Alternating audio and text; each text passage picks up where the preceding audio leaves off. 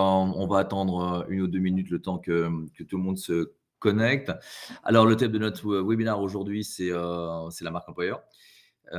Quelques mots sur Biharmoniste et sur moi-même. Donc moi, j'ai un parcours, financier et je suis devenu harmoniste d'entreprise, ce qui était assez original et notre métier d'harmoniste d'entreprise consiste à accompagner les entreprises à travailler sur leur culture et l'alignement des équipes, autour notamment de leur culture et l'objectif, numéro 1 peut-être, mais il y en a d'autres, c'est de, renforcer la marque employeur parce qu'il n'est on va le voir, comment faire en sorte aujourd'hui, de recruter, fidéliser et la marque employeur est un des sujets d'actualité et la culture y a un rôle clé à jouer et on va parcourir ça, on va partager ça.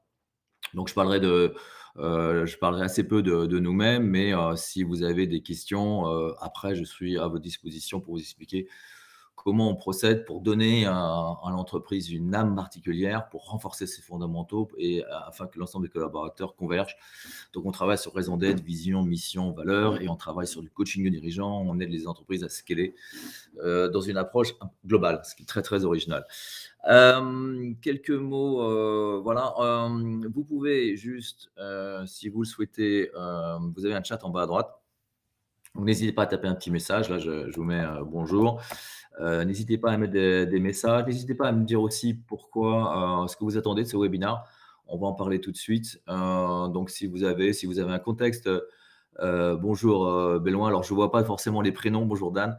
Voilà, donc si vous avez un contexte particulier autour de la marque employeur et si vous avez aussi, des attentes particulières et voilà, vous seriez content si quoi? Si à l'issue de ce webinaire, qu'est-ce que vous aimeriez savoir sur la marque employeur? Voilà, donc c'est vraiment un sujet d'actualité. On va en parler tout de suite. Allez, je vous propose de démarrer, il est 9h02. Démarrons pas trop tard. Voilà, donc pour rebondir sur ce qu'on vient de dire, quel est votre objectif en termes de marque employeur? C'est vraiment la question clé. Donc si vous pouvez, là encore, mettre votre attente, pourquoi vous êtes là, en fait, en quelque sorte. Alors en introduction, le temps que vous rédigiez, Heu, ce qu'on peut dire aujourd'hui, c'est que c'est vraiment le sujet d'actualité numéro 1. Numéro 1, j'étais là avec 250 entrepreneurs, dans un séminaire et c'était incroyable que je dirais, on va dire à peu près 80 des entrepreneurs, leur sujet numéro 1, voire leur cauchemar, c'est le recrutement. C'est vraiment le recrutement aujourd'hui, des vraies difficultés. On va dire, des recrutements, puis aussi comme le rapport au travail des jeunes a vraiment changé, il y a vraiment cette capacité, il y a une incompréhension. Il y a de la difficulté à recruter, mais de plus en plus, il y a la difficulté à fidéliser. On a des taux de turnover qui explosent. On a aussi, au fur et à mesure, une sorte de moindre engagement, de moindre motivation. Je ne sais pas si vous avez, il y a pas mal d'articles qui sortent sur le quiet quitting, c'est-à-dire cette capacité des collaborateurs à faire juste leur job et pas plus. Et donc à vouloir absolument équilibrer leur qualité de vie, mais voilà, ils font juste leur job et leur engagement, leur motivation n'est pas énorme. Donc là, il y a vraiment un vrai sujet autour de ça et les dirigeants sont un peu perdus par rapport à ça. En fait, en réalité, ils sont un peu exaspérés et on sent, 2 types de réactions. Et c'est très intéressant. La première, c'est, de revenir à arrêter le télétravail. En tout cas, essayer de faire revenir les gens au maximum au boulot, les et essayer de reprendre le contrôle de ça, d'une manière assez classique et là, ça peut générer des vraies tensions.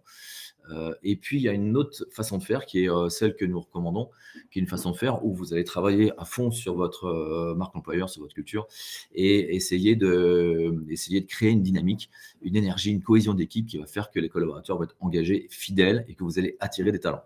Donc il y a vraiment 2 façons de faire, la façon classique qui marche de moins en moins et puis une façon aujourd'hui, que nous allons, complètement partager et ce que je vais faire, c'est vraiment essayer de vous faire partager, 5 convictions profondes que j'ai. Donc, on va se concentrer sur 5 points clés, et si vous pouvez partir avec ces 5 idées en tête, j'en serais déjà ravi. Allez, alors votre objectif, est-ce que vous avez, un objectif particulier, une attente particulière? Est-ce que vous avez, quel est votre enjeu en termes de marque employeur? Est-ce que si vous pouvez avoir la gentillesse d'interagir, ça serait vraiment, vraiment formidable.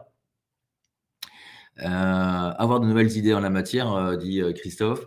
Voilà, bon, alors voilà 5 nouvelles idées, en la matière. On va les parcourir, que 5 choses un peu nouvelles.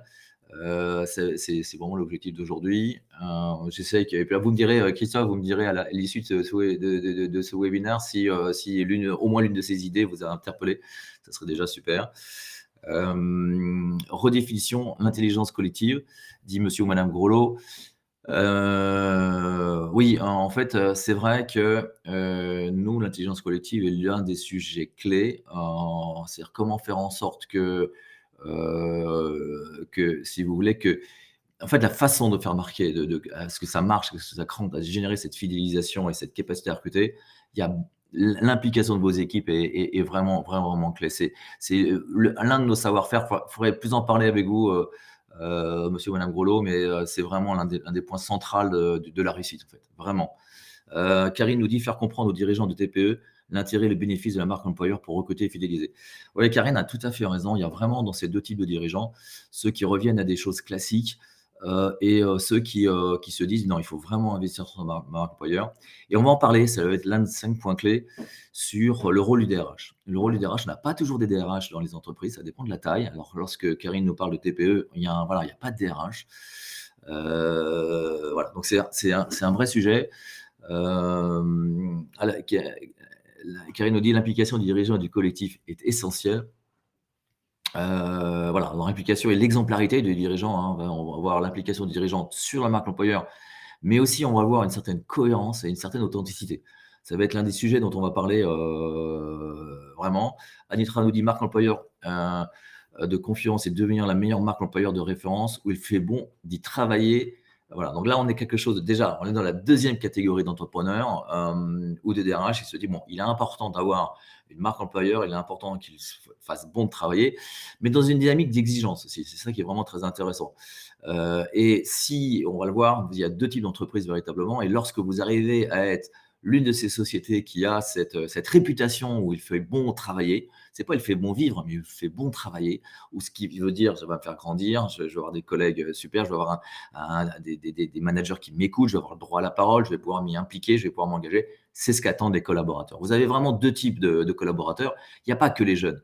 Il y a ceux qui se disent voilà, j'adore, je suis aligné avec le projet, j'adore cette entreprise et qui vont s'y impliquer. Et tous recherchent ça, en fait. Et puis à côté de ça, si c'est pas là, s'il n'y a pas d'exemplarité, s'il n'y a pas de cohérence, s'il n'y a pas de culture, s'il n'y a pas d'âme, s'il n'y a pas de marque employeur, et ben derrière, bon, je fais juste mon job, je fais juste mon contrat de travail et j'en fais pas une minute de plus.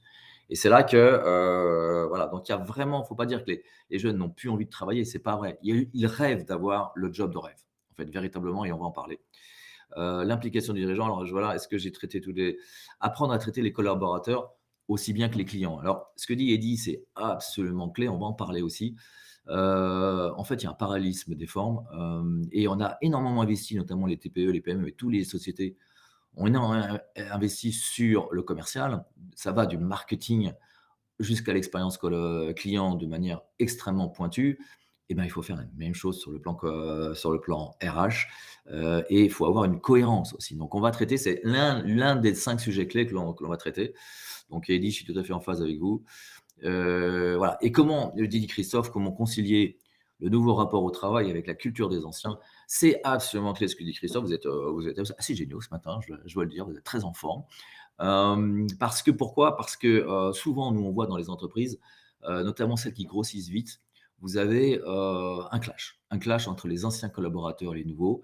Là, on accompagne un cabinet d'avocats provincial de 50 personnes. Vous avez de mémoire 6 associés, 4 anciens, on va dire, 2 jeunes, ou 7 associés, 4 anciens et 3 jeunes. Et il y a un énorme clash entre ces associés sur la façon de vivre, sur la façon simplement. Les anciens, ils travaillaient 6 jours sur 7 jusqu'à 22 heures le soir. Et les jeunes, ils disent non, non, on a besoin d'une équipe de vie. Et puis on se rend compte qu'une finale, il n'y a pas tant d'écart de chiffre d'affaires derrière que ça. Donc, c'est pas juste une histoire de performance, il y a aussi une histoire d'efficacité. Donc, il y a des choses intéressantes à voir, et il faut se rendre compte que les jeunes c'est plus vraiment négociable, ce genre de choses. Donc, il y a vraiment un rapport au travail qui a changé, mais on a aussi des méthodologies de travail qui permettent d'être très efficaces. Avoir de la visibilité sur ces valeurs, nous dit Béloin, c'est extrêmement clé.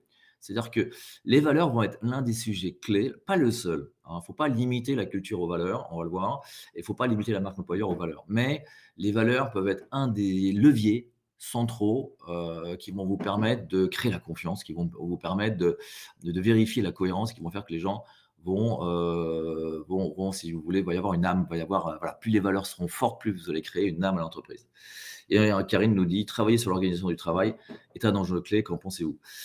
Alors oui, travailler sur l'organisation du travail est clé. On va le voir, c'est un chantier dingue parce que la marque employeur se cache derrière l'expérience collaborateur. Donc la marque employeur, ça va être le côté marketing, hein. C'est quoi la marque employeur? C'est cette façon de communiquer, cette façon en fait, c'est ce que retiennent, l'ensemble de l'écosystème, notamment les futurs collaborateurs, avant de vous rejoindre. C'est l'image que vous donnez, c'est l'ensemble de ses collaborateurs. C'est vraiment, la marque employeur et le pendant de la marque. C'est-à-dire que vous avez des plateformes de marque en publicité, hein, pour vraiment travailler, c'est les fondamentaux de votre marque, de communication auprès des clients. Et ben, la marque employeur, c'est la même chose. Donc là, on est dans un aspect communication et l'image, c'est vraiment l'image de votre entreprise, en termes de marque employeur, de capacité d'attractivité des talents. Et derrière, vous avez l'expérience client d'un côté, puis vous avez l'expérience collaborateur de l'autre. Et en fait, souvent, on confond les 2 choses. C'est 2 choses qui sont un petit peu différentes, tout en étant être alliées. Mais mais effectivement, l'organisation du travail, si vous avez une belle marque employeur, mais derrière votre expérience collaborateur, n'est pas cohérente. C'est-à-dire que si lorsque les nouveaux collaborateurs arrivent, ils ne voient pas ce que vous leur avez promis dans la marque employeur, là, il y a une énorme désillusion, il y a un bad buzz qui se crée et là, les gens partent très rapidement. Et ce qui est nouveau, c'est que les collaborateurs n'hésitent pas à partir très vite. Et c'est ça qui change par rapport à il y a 20 ans, c'est qu'il y a vraiment aucune hésitation au changement. Donc voilà, donc ce travail de marque employeur est quelque chose de très profond. C'est ce qu'on va voir. C'est pas juste de la communication, c'est pas juste un discours employeur paillettes, on va dire. C'est vraiment un travail en profondeur. On va l'aborder tout de suite. Et Eddy nous dit aussi développer son intelligence relationnelle pour gérer de façon pertinente les différentes situations qui créent la tension dans l'organisation.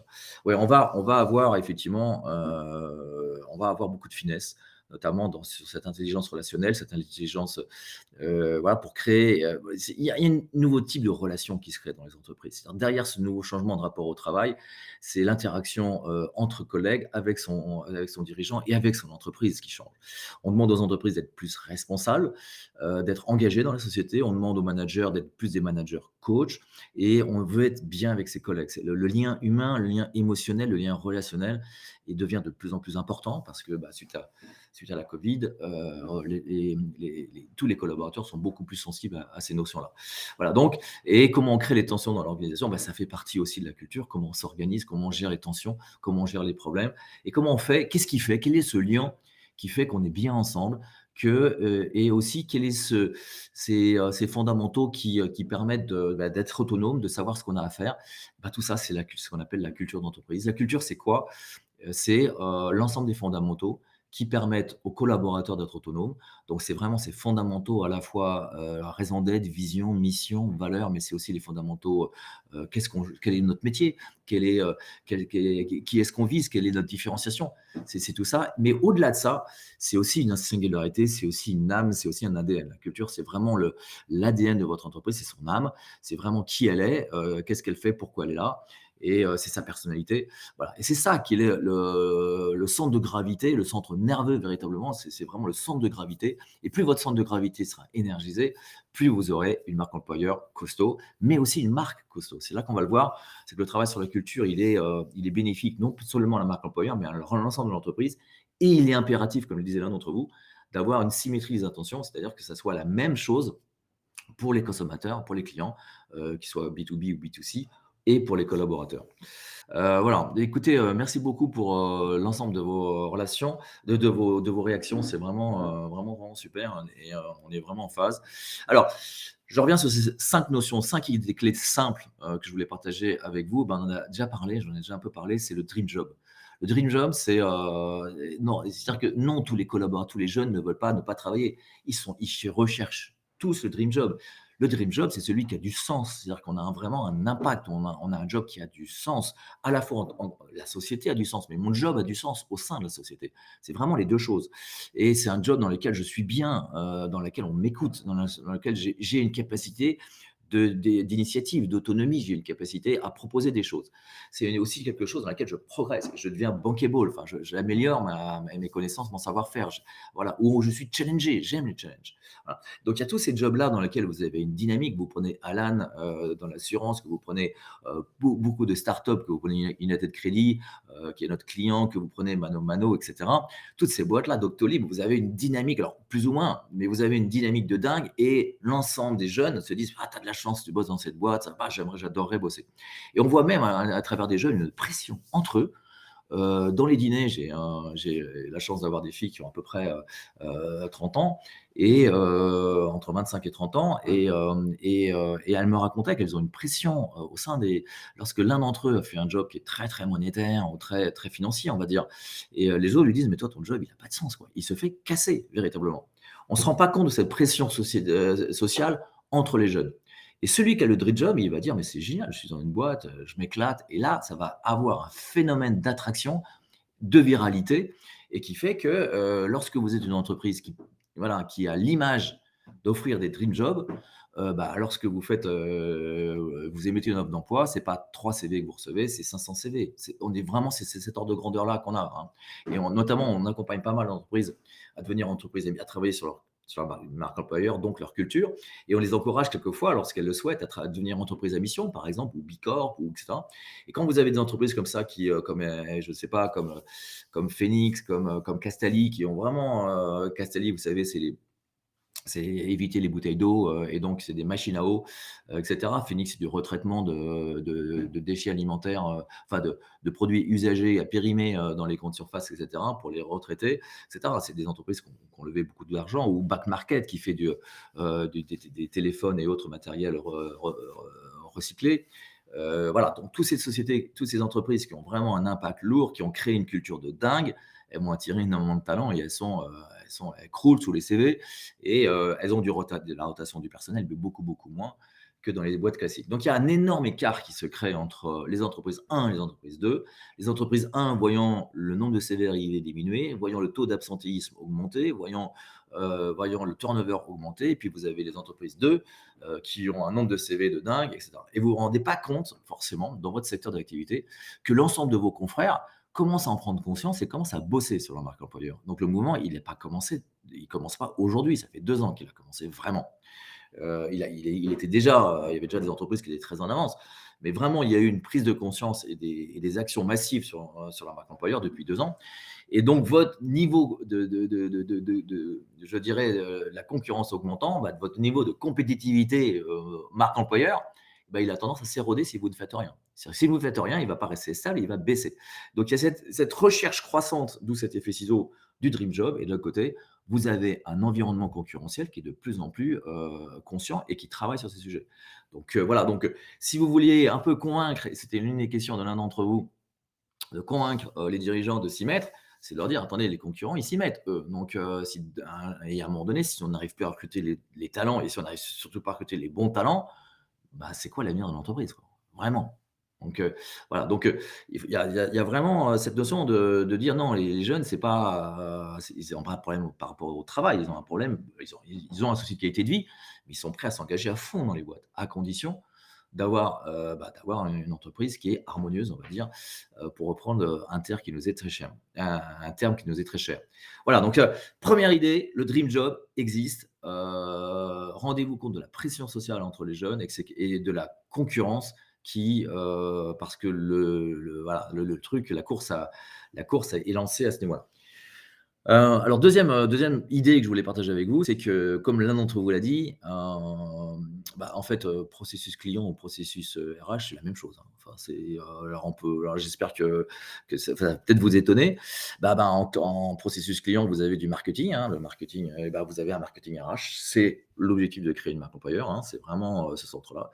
À côté de ça, vous avez un processus de vente client et ben, vous avez un processus de recrutement et vous avez les mêmes techniques voilà, donc vous avez les sociétés assez importantes, elles ont les mêmes channels, les mêmes tunnels de conversion. Il y a combien de CV qui sont reçus, on en a combien qui sont intéressants, on en a combien qui sont convertis, on en a combien qui sont signés, il y en a combien qui restent.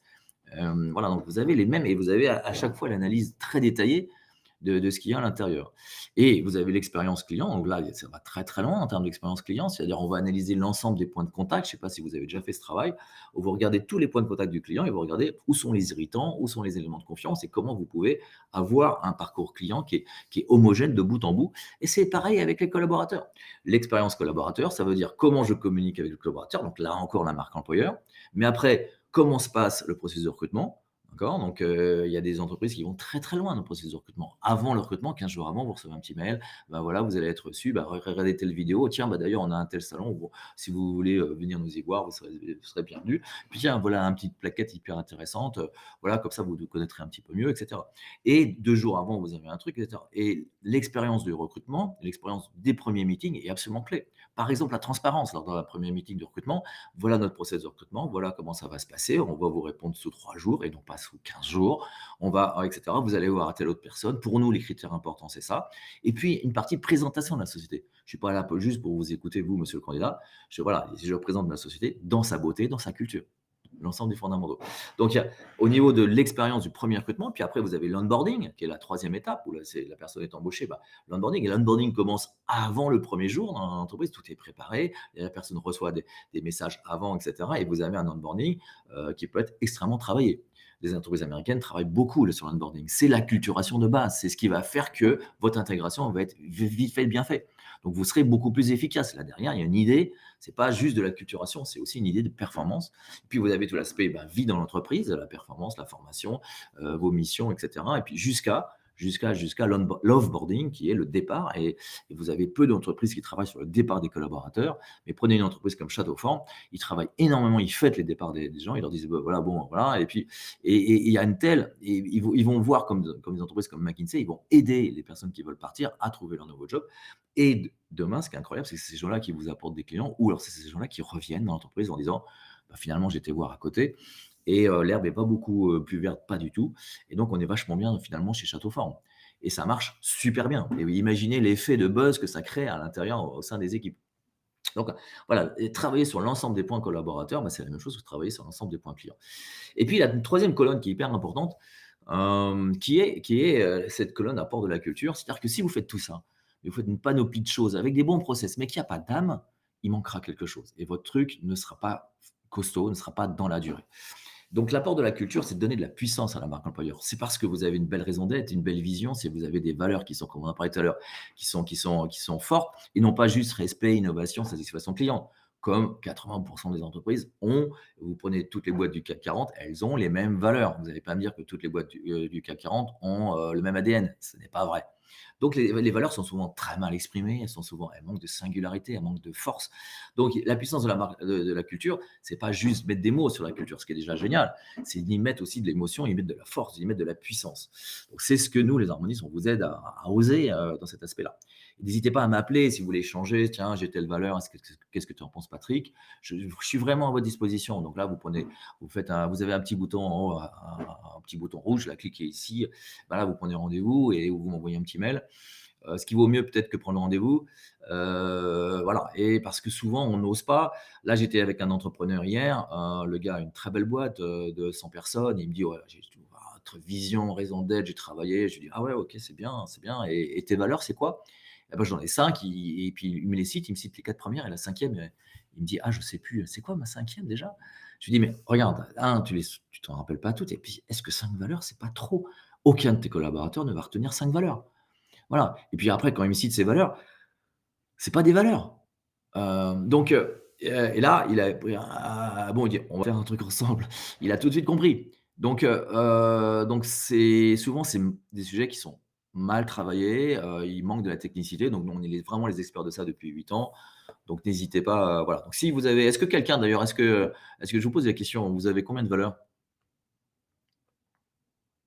Allez-y, dans le chat, dites-moi combien de valeurs vous avez? Ça serait intéressant. Alors, il y a Intra, je fais une petite pause en attendant que vous répondiez. Il y a Eddy qui dit: «Les valeurs s'incarnent et ne s'incultent pas».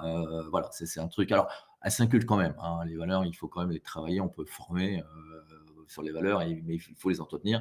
Mais avant tout, hein, je serais complètement d'accord avec toi, elle s'incarne avant tout, parce que sinon c'est pas des valeurs et au contraire, c'est pire que tout. Si elle s'incarne pas, il y a un retour de bâton qui est dingue, quoi.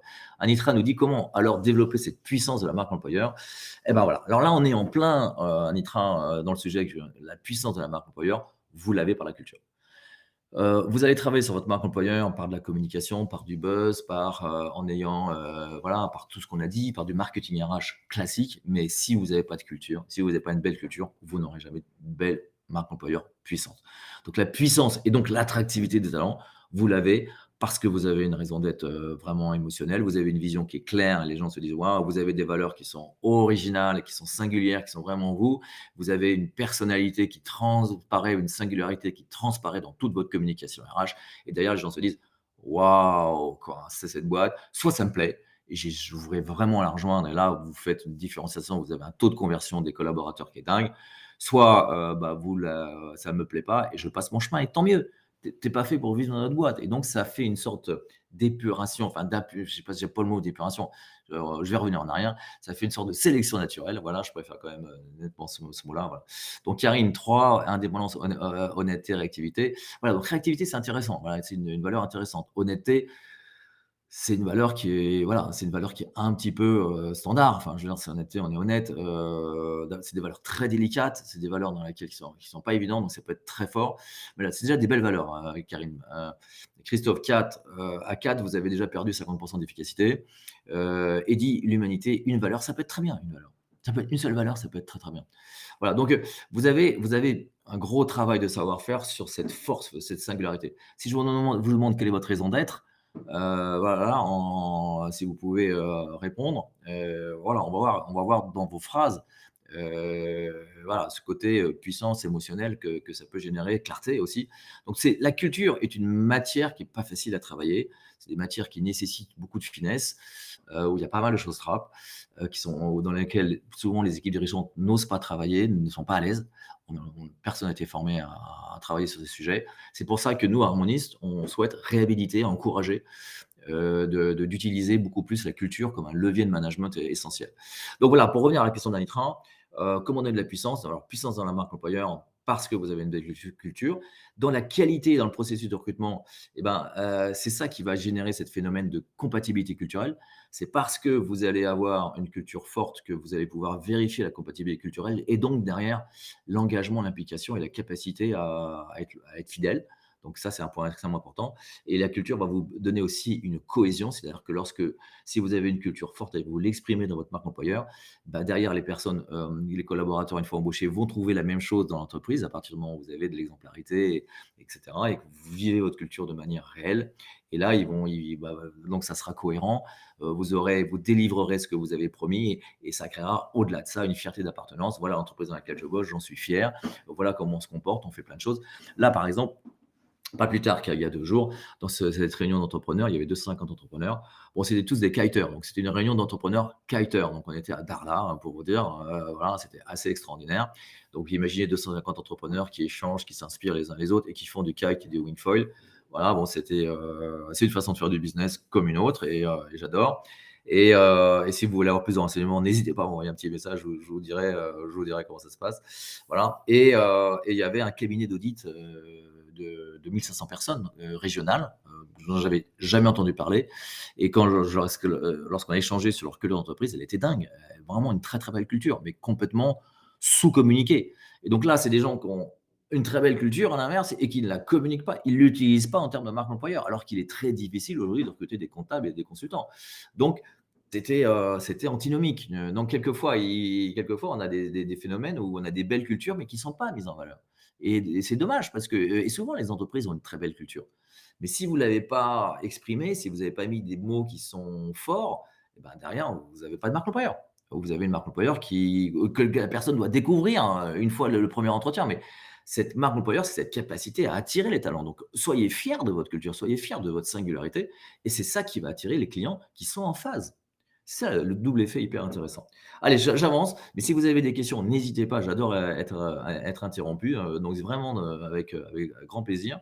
Troisième idée clé, Il n'y a pas de belle marque employeur sans belle culture. C'est vraiment pas possible. C'est-à-dire et il vous faut derrière une cohérence et ça, on en a déjà parlé parce que la culture d'entreprise va ruisseler sur la marque employeur, sur la plateforme de marque, sur le discours commercial et sur la relation avec toutes les parties prenantes et sur votre stratégie impact. Tout ça, en fait, votre culture, ça va être le liant de l'ensemble de l'entreprise et c'est ça qui est hyper important. C'est-à-dire que si vous avez une marque employeur qui est déconnectée de votre marque business, qui est déconnectée de votre discours commercial, ça marche pas, c'est pas cohérent et ce qu'on vous a promis n'est pas là. Donc ce qu'il faut comprendre, c'est que travailler sur sa culture d'entreprise va derrière ruisseler sur la marque employeur, et cetera. Donc il vous faut cette cohérence et cette cohérence ne peut être apportée que par la culture, en fait, en réalité. OK? Donc là, c'est la troisième idée massive que je voulais interagir avec vous, c'est-à-dire que c'est cette notion de cohérence. Donc vous avez vu l'importance de la culture, idée 2, troisième élément, et puis, et puis ce côté professionnel du parcours RH qui doit être, du parcours employé qui doit être aussi puissant que le parcours client. Et puis vous avez cette importance de la cohérence. Un exemple, si vous voulez, de culture, on a travaillé sur un courtier d'assurance qui est notre premier client. Donc c'est notre client historique, c'est-à-dire avec lequel on a commencé il y a 9 ans, 8 ou 9 ans. Et c'est un petit courtier d'assurance qui est devenu assez gros, qui vient de l'année dernière, qui s'est vendu avec grand succès. Et lorsqu'on avait travaillé sur la raison d'être, on a, voilà, plutôt que de vendre de l'assurance voyage au meilleur rapport qui était pris, eh ben, ce qu'avaient sorti les équipes, c'était de permettre aux jeunes de se découvrir et de découvrir le monde. Donc l'assurance voyage, c'est, voilà, vous donner la sécurité de voyager, mais au-delà de ça, de gagner en maturité, de découvrir le monde, de vous découvrir vous-même. Voilà. Et c'est pas la même chose de vendre une assurance voyage au meilleur rapport qualité-prix que de permettre aux jeunes de se découvrir, de découvrir le monde, mais avec la sincérité qui va avec. Et c'était vraiment sincère. Puis derrière, dans leurs valeurs, par exemple, ils avaient la réactivité, qui était une des valeurs qu'il y avait, je ne sais plus lequel d'entre vous, qui est une très très belle valeur, moi je trouve, et notamment dans l'assurance, où généralement on vous répond au bout d'une semaine et vous avez de la chance d'avoir une réponse, quoi. Alors que là, toutes les questions, tous les mails, tous les appels sont répondus dans la journée. Et donc, vous avez une sorte de puissance de la réactivité. Et le fait d'avoir cette singularité, tant dans le sens que dans les valeurs, fait que c'est une entreprise qui a explosé, qui a fait des cartons et qui a assumé totalement par des films, par des vidéos, qui a assumé son truc. Donc, la communication, ils l'ont eu non seulement dans la communication client que dans la communication employeur. Et c'est grosso modo les mêmes outils. C'est ça qui est dingue. Alors, Eddy Saint-Exupéry disait: «Pour construire un bateau, il ne faut pas donner des ordres, mais faire naître dans le cœur l'envie de prendre la mer». Alors Eddy, si tu vas sur notre site web, tu verras que c'est la première phrase qu'on met. Donc je ne peux pas te dire qu'on est que je suis plus en phase avec toi. Anitra, c'est super ça la boîte à la Wachaka. Bah oui, c'est vraiment, et si vous avez des enfants qui partent, à l'étranger ou si vous souhaitez faire un tour du monde, je vous encourage vraiment voilà, de travailler avec Chapka. Et ils ont été jusqu'à la gestion de sinistre. C'est-à-dire qu'une fois que vous avez vendu l'assurance, bah, si vous avez un sinistre, il faut que vous ayez la même réactivité. Et ce qu'ils ne faisaient pas. Et donc, en les accompagnant, on leur a dit, mais voilà, si tu veux être cohérent, tu peux vendre une assurance super bien, mais si derrière les sinistres sont mal gérés, ça n'a pas de sens. Et donc, ils ont osé aller jusqu'à la gestion de sinistre, ce qui leur a juste fait doubler le chiffre d'affaires, hein. Voilà, sur les mêmes contrats, les mêmes clients, ils ont juste doublé le chiffre d'affaires. Donc, voilà, donc oser des choses et être cohérent dans sa culture peut avoir des impacts business extrêmement importants. Donc il faut voir ces notions, non pas isolées dans la marque employeur, c'est ça un peu l'idée, c'est de les voir dans sa globalité. Et ce que je vous encourage, et c'est l'objectif d'aujourd'hui, c'est quand on parle de marque employeur, vous voyez bien que je vous mets un degré au-dessus, qui est la culture. Et parce que ce degré va non seulement vous donner de la puissance et de la cohérence à la marque employeur, mais aussi ruisseler sur l'ensemble de l'entreprise et lui donner sa cohérence. Et ça ne fonctionne que comme ça, sinon ça ne fonctionne pas dans la durée. C'est pas possible. Voilà, donc là, c'est l'exemple d'une offre d'emploi. Parce que regardez votre offre d'emploi, regardez les offres d'emploi de vos clients, elles sont tristes à mourir. Comment vous voulez vous attirer les talents quand vos offres d'emploi, qui est la base, regardez, là, ça va, quelquefois les sites web corporate, les sites web employeurs sont un peu mieux, mais encore, c'est pas grandiose. Voilà, donc là, chaque cas, on parle de l'assurance. Et prenez Alan aujourd'hui qui le fait, c'est la même chose.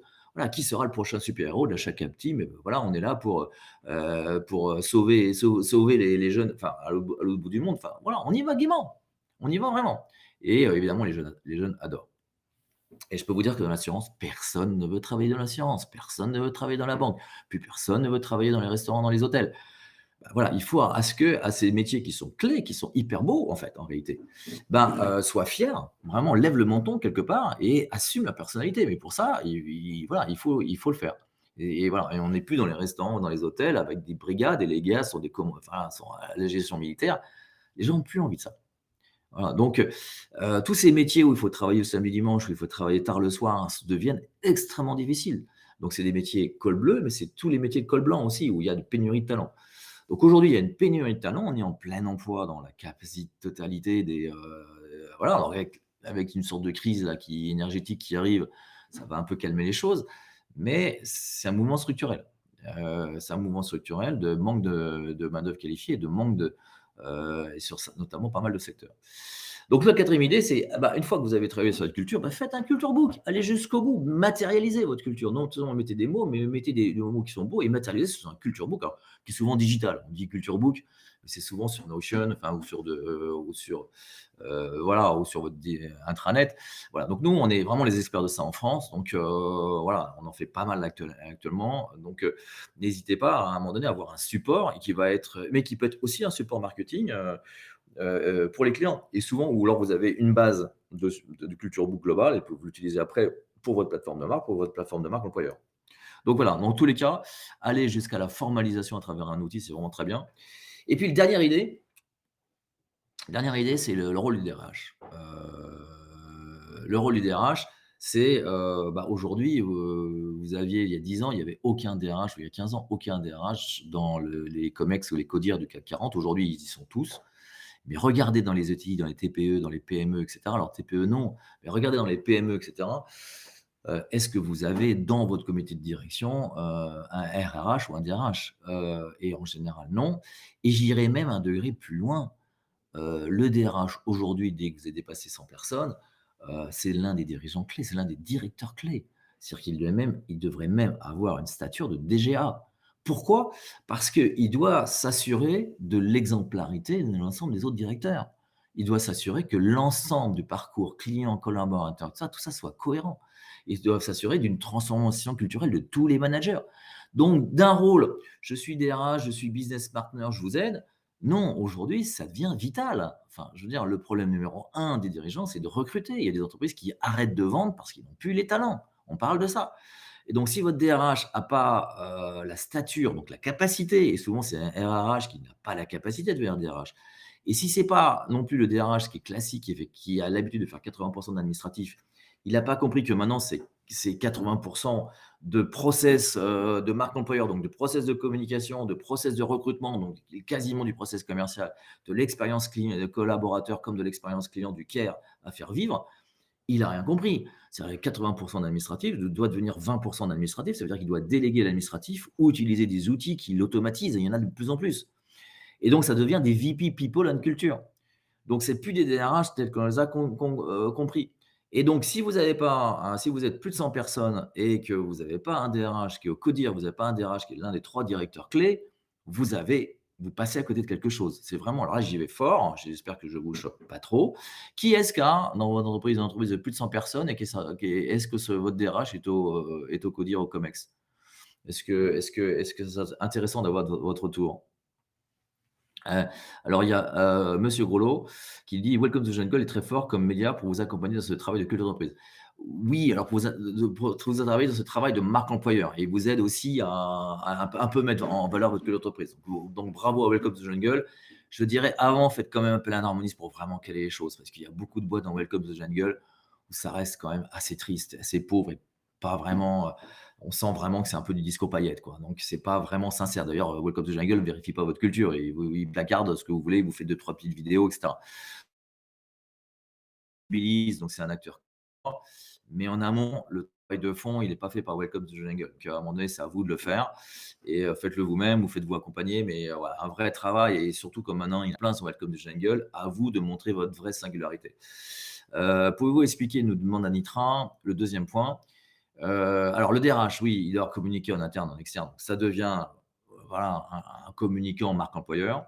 Structurer des processus de type machine de guerre. Le deuxième point, c'est vraiment ce que je disais tout à l'heure dans le parcours, voilà, je disais là, dans la slide juste avant, là, dans cette slide-là, voilà, vous devez avoir un processus de recrutement au même point qu'un processus de vente et vous devez avoir une expérience collaborateur au même point de degré de professionnalisme que votre expérience client. Donc et là, c'est des process. On a vraiment des process RH à mettre en œuvre, tant le process d'expérience collaborateur, l'ensemble des points de contact, de travail, etc. Donc, on est vraiment dans une attitude de process de recrutement, process d'onboarding, process de formation, process etc., process d'onboarding.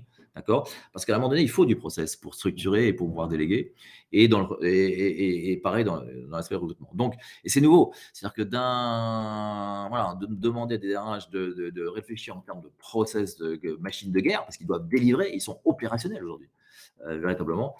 Le troisième point est très important, c'est cette capacité d'innover, c'est-à-dire d'être ouvert en tout cas aux innovations, à toutes cette nouvelle. Il y a plein de choses qui naissent. Voilà, par exemple, faire appel à un harmoniste, faire appel à plein d'outils pour émailler l'expérience collaborateur de trucs sympas. Vous avez aujourd'hui plein de startups de dingue.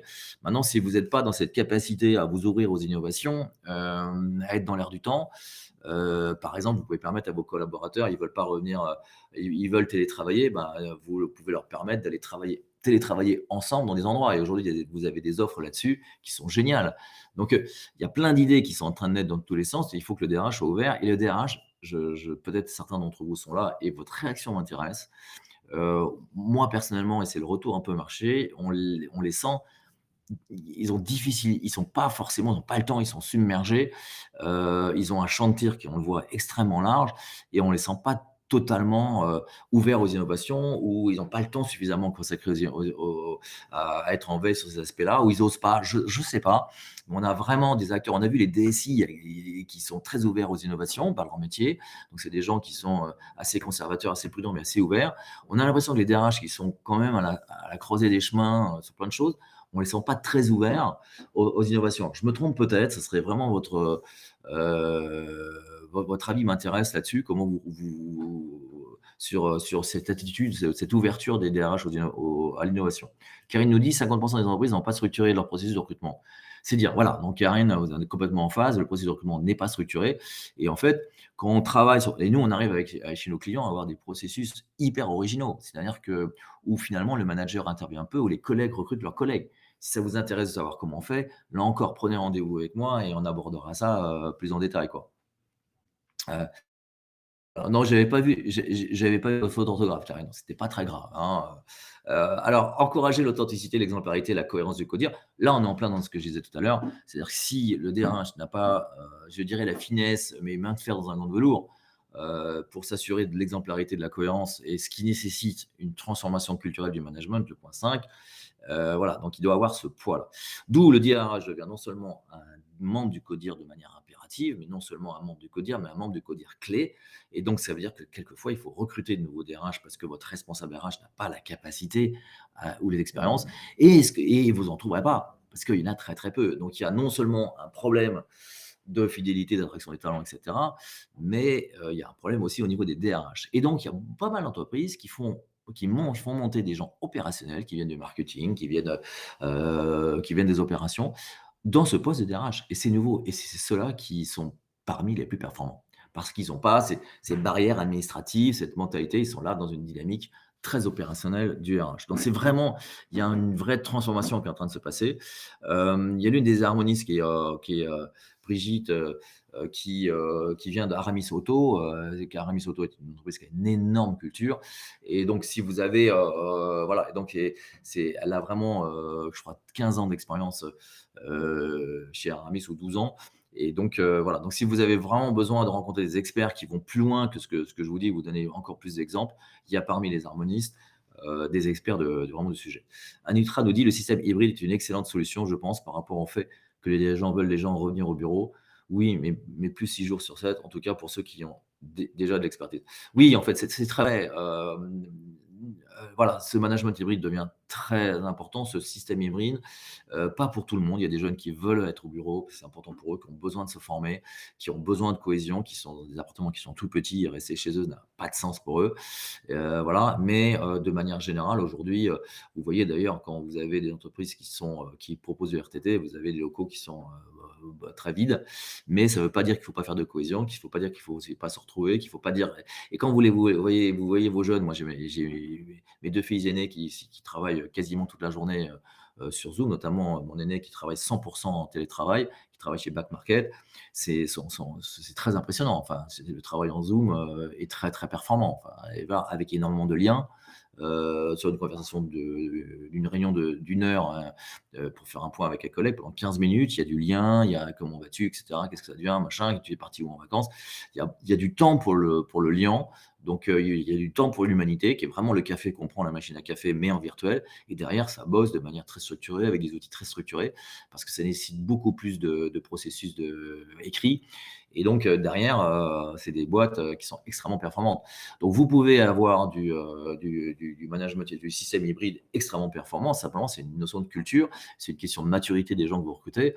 Voilà, vous avez, là, j'ai rencontré quelqu'un qui est chez GitLab et GitLab, c'est je sais pas combien, 6 500 personnes qui sont totalement remote. Il y a pas de bureau, chez GitLab et et c'est une des boîtes les plus performantes. Donc voilà, donc c'est pas le management, le télétravail n'est pas forcément un frein à la performance, au contraire, mais il faut que ça soit bien fait et il faut les outils qui sont adaptés, il faut les personnes, les individus qui sont adaptés aussi. C'est pas ouvert, hein, forcément à tous les jobs. Voilà et ça crée d'énormes problèmes entre ceux qui ont le droit au télétravail, ceux qui n'ont pas le droit au télétravail, donc on est en plein là-dedans. D'où l'importance, là encore de votre culture, l'importance de la confiance, l'importance de créer un lien. Non, le télétravail vous oblige à avoir une culture d'entreprise, sinon ça ne marche pas, vous êtes très seul, quoi et au premier job qui passe, qui vous intéresse, vous changez de job, quoi. Donc la culture d'entreprise, c'est vraiment ce qui va ancrer, qui va créer cette fierté d'appartenance, cette cohésion d'équipe, cette confiance, ce projet, cette puissance du projet qui va faire que derrière, bah, vous aurez une puissance de marque employeur et qui va faire que derrière vous aimez votre boîte simplement et vous avez envie de vous y investir. Et donc ça nécessite beaucoup de travail au niveau du codir, au niveau des managers. Donc nous, au niveau Harmonis, on va travailler sur la culture, on va travailler sur le codir, sur les managers pour les former à ça, à manager par les valeurs, manager par le sens. Et puis on va regarder le processus marque employeur et parcours collaborateur pour vraiment améliorer le processus dans sa globalité en donnant plein d'idées et en faisant participer, je ne sais plus qui disait ça tout à l'heure en tout début de réunion, en faisant participer les équipes. Et c'est tout notre travail, nous, d'animation des équipes pour que vos équipes vous proposent des choses. D'accord. Vous voulez changer votre offre d'emploi, bah, prenez une équipe qui va vous proposer des rédactions d'offres d'emploi et vous allez être très étonné et vous allez voir, c'est génial. Voilà, donc vous avez. Alors j'espère que est-ce que dans les 5 notions que je vous ai abordées, donc je vous les rappelle, est-ce que laquelle vous avez préférée, laquelle vous a un peu interloqué, ou vous avez appris quelque chose, ou vous avez dit ouais, ou un petit effet waouh. Donc le dream job, l'importance du dream job et qu'il existe et cet écart qui est en train de naître entre les entreprises. Il y a les entreprises un peu anciens classiques et les entreprises qui sont dans ces dream jobs. Deux, cette notion de processus RH qui est égal au processus client, donc il y a le même degré de professionnalisme et l'importance de la culture pour lui donner de la puissance et de la cohérence. Troisième idée, c'est une idée de cohérence, c'est que si vous travaillez sur votre culture, ça va ruisseler dans l'entreprise et il vous faut absolument cette cohérence dans toute l'entreprise. Quatre, l'idée d'avoir un culture book, donc aller jusqu'à formaliser votre marque employeur à travers un culture book. Et 5, le rôle du DRH. Donc si vous pouvez me répondre, ça serait 1, 2, 3, 4, 5. Quel est le sujet qui vous a le plus interpellé? 2 et 5, merci Eddy. D'ailleurs, Eddy, j'ai raté ton commentaire que je vais lire auprès de tout le monde là. Le système hybride. Ah non, attendez, ou c'est Anitra. Le problème, c'est que j'ai du mal à. Hop, voilà. Anitra nous dit: «Le système hybride est une excellente solution, je pense». Voilà, ça on l'avait lu. Alors voilà, non, excusez-moi, alors il n'y avait pas de commentaire.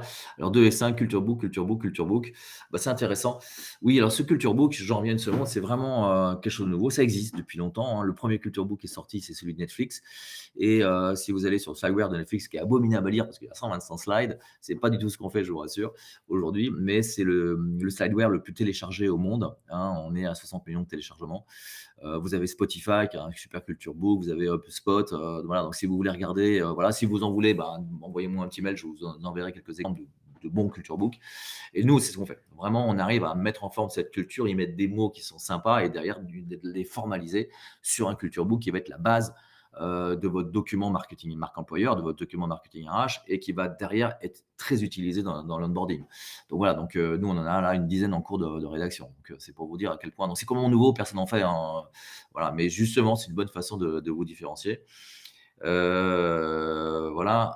Alors Eddy, alors si Eddy, tu dis, le développement de la culture d'entreprise passe d'abord par le décloisonnement des différents acteurs de la boîte pour que les actions soient coordonnées, les discours harmonisés. Tout part d'une vision qui va fédérer les énergies. Je ne peux pas dire mieux que Eddy ce que tu dis, donc je serais complètement en phase avec ton commentaire, vraiment totalement. Voilà, donc il est 9h49. N'hésitez pas, n'hésitez pas. Est-ce qu'il y a des questions qui ne sont pas abordées ou est-ce que si vous avez des situations particulières sur votre marque employeur, voilà, n'hésitez pas à m'envoyer un petit mail. Alors mon adresse mail et elle apparaît là. patrick@b-harmonis.com et vous avez mon numéro de téléphone, vous pouvez m'envoyer un petit SMS, 06 15 91 32 90. Je voulais juste terminer, par, 2 commentaires. Un là, c'était juste un exemple, de ce qu'on fait aujourd'hui. On va travailler sur la culture, raison d'être, valeurs, vision, d'une entreprise. C'est un cas client concret. C'est un groupe qui fait à peu près 1 500 personnes, mais on travaille aussi pour des startups de 2 personnes, hein, donc on n'a pas de taille d'entreprise, spécifique. Et on va travailler en parallèle, une fois qu'on a travaillé sur la culture, on va travailler sur la marque employeur et le parcours collaborateur, mais aussi la diversité, l'inclusion, ce genre de choses. On va travailler sur la RSE en parallèle. On va faire progresser l'entreprise sur la RSE avec l'un de nos partenaires. Voilà, nous ne sommes pas des spécialistes de la RSE nous-mêmes. Et en revanche, on est des spécialistes de l'entreprise à mission, puisque avec Vivien Pertuso, on a peut-être l'un des experts des plus grands experts de l'entreprise à mission en France. Et on va lancer, nous sommes en train de lancer le procès d'entreprise à mission, ce qui va donner de la puissance à la marque employeur. Et ouais, donc une approche coordonnée à partir de la culture, on va ruisseler sur la marque employeur, on va s'appuyer sur la RSE aussi, mais travailler sur la stratégie impact et travailler sur l'aspect entreprise à mission pour, là encore, continuer à enrichir la marque employeur.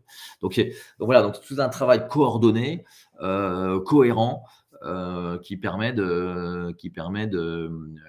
de booster une marque employeur. Voilà, c'est un chantier de 6 mois. Et l'idée, on est dans la santé avec d'énormes difficultés à recruter. Et puis une entreprise qui travaille de manière très qualitative, là où elle a des concurrents qui travaillent de manière assez peu qualitative. Et donc voilà, donc essayer de vraiment se différencier de manière forte, tant en termes de marque employeur que vraiment d'image de marque, quoi. C'est un truc très important. Et puis là, c'était juste un exemple des clients sur lesquels là on travaille actuellement, le Hibou, United Credit, Open Classroom, Audica, Voltalia, Autodistribution. Donc vous avez à la fois des belles ETI du style Audica, Voltalia, Autodistribution, où vous avez des milliers de personnes, mais vous avez aussi des startups et des scale-up qui vont de 5 à 300 personnes. Voilà, donc on travaille pour tout type d'entreprise et là encore, c'est revisite des valeurs, c'est travail sur la marque employeur, c'est travail sur un culture book, c'est clarifier tous ces fondamentaux pour donner une âme extrêmement forte à l'entreprise. Voilà, merci à tous. Patrick, on peut d'avoir les slides de l'enregistrement. Ça intéresserait grandement nos collaborateurs. Oui, Jérémy, je vous les envoie. Envoyez-moi juste un petit mail. Là, je vous remets l'adresse mail. Parce que j'avoue que sinon je risque de passer à l'as, mais ça serait vraiment avec plaisir. Merci Eddy de tous tes commentaires qui étaient vraiment géniaux. Voilà, merci Anitra aussi pour tes commentaires. Et voilà. Bon, ouais, j'espère que oui, comme le dit Jérémy, une présentation un peu différente. J'ai essayé de la synthétiser sur 5 idées fortes et de faire simple. Voilà. Très bonne journée à vous tous. N'hésitez pas à parler autour de vous des harmonistes. C'est un nouveau métier, c'est pas du marketing. C'est vraiment un métier, nous sommes des experts en culture d'entreprise, en cohérence d'entreprise, pour aider les entreprises à avoir une âme forte et donc créer une marque employeur, mais aussi avoir une capacité à vendre en se différenciant et derrière ça, une capacité à se développer. Les startups disent à scaler de manière harmonieuse, c'est-à-dire où les choses sont tellement claires, les gens sont tellement autonomes et sont tellement enthousiastes que vous développez de manière plus fluide, plus harmonieuse. C'est possible. Vous avez enfin une chaîne. Alors, je vous avais juste, j'ai oublié de le dire, c'est dingue. Vous avez une chaîne de podcast que je vous recommande, mais vraiment, vraiment vivement, que nous avons lancée. Qui s'appelle Harmony Inside. Vous la mettez sur tous vos, que ce soit les podcasts, la chaîne de podcast Apple Podcasts ou autres, vous l'avez trouvé sur toutes les chaînes, les bonnes chaînes de podcasts, Spotify et autres. Et vous avez une soixantaine de témoignages, je crois 70 témoignages de chefs d'entreprise et d'entrepreneurs et de DRH, et notamment de DRH, oui, qui sont très intéressants parce que nous ne sélectionnons que des entreprises qui ont une très belle culture. Voilà. Alors, vous avez des belles scale-up connues, Content Square, Mano Mano, etc. Mais vous avez aussi des PME. Et l'idée est des financiers. Vous avez 2 fonds d'investissement qui témoignent, c'est très intéressant, et qui témoignent de l'importance de leur culture dans la réussite.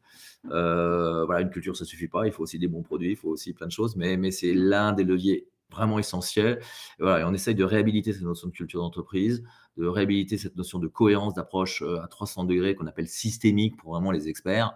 Voilà, et de dire qu'une entreprise, elle doit être cohérente de A à Z.